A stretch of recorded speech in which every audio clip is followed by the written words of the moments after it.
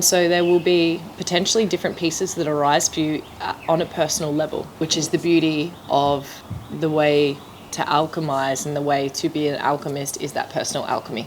And we really want to just bring it back to the remembering that, orientate from that position of both truthfully, genuinely being with your experience, like staying connected to your experience, and with as much humility as you can muster up, know that this next piece is that piece to alchemize, to move into deeper embodiment and wisdom for what it is that you're meant to be carrying forth to give back to community. That anchor in trust is really, truly essential. In any path that you walk of service, having that resounding trust in the process, even when you're in the muck, in the mess, in the discomfort, is always going to be your guiding lighthouse. When there is no one around, or you feel that, particularly perhaps those deeper, darker repatterns that of the mind collectively and individually want to go into a helplessness or a powerlessness or a hopeless place, a deep forgetfulness, that there is this anchor inside of you that you're orienting from, of knowing without bypassing the experience of, oh, okay, I've just got to let this happen. You can feel when we say that, oh, I know what's happening and this is just the process. We invite you just to sink that other layer deeper inward, to really stay truly, deeply, genuinely, authentically connected to the experience that you're having, while also an aspect of you understanding, knowing that there is no other way but through that's deeply serving the gifts you're going to bring back to your community. So it needs to be so deeply genuine and authentic, because we can get lost in the, I know it's part of the process, and then skip the contact with what is rising to be alchemized.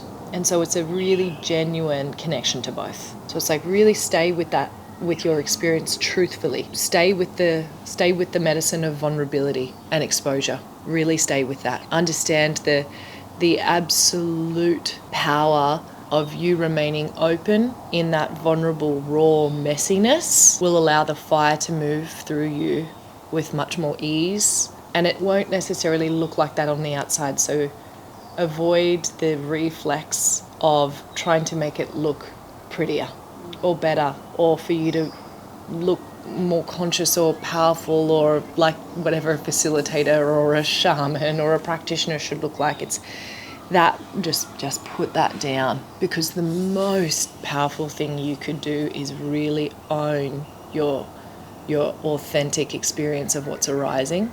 And that's the most powerful truth you've got to be with. Because if even a little bit of 10% of you, 2% of you is grasping onto the safety that this is part of the process and it's all going to be okay, there's 2% of you avoiding being fully with the experience, while also having that deep trust inside of you, within you, around you, surrounding you, particularly in this container, of knowing that somewhere deep inside. So it's really holding that vision while staying truly, authentically connected to what's alive, and not avoiding depth and vulnerability and messiness just because you know that this is part of the process. Because what we want to give you the opportunity to do is experientially be with it completely bare and open, so that wisdom of knowing how that feels, like that total exposure, no protection, no level of righteousness, no Mr. or Mrs. Know-it-all, or got it sorted, or everything's going to be okay, like no anchoring onto that to avoid the depth of your humanity. Otherwise, there will be a part of you when someone is or requires to fall deeply into that space authentically and genuinely, potentially a partial impatience in you, or a rejection of, or resistance to, and ultimately there will be an aspect of them that knows, can feel going all the way there is something that you haven't done. And so while this is for the sake of service, it's also a gift to yourself.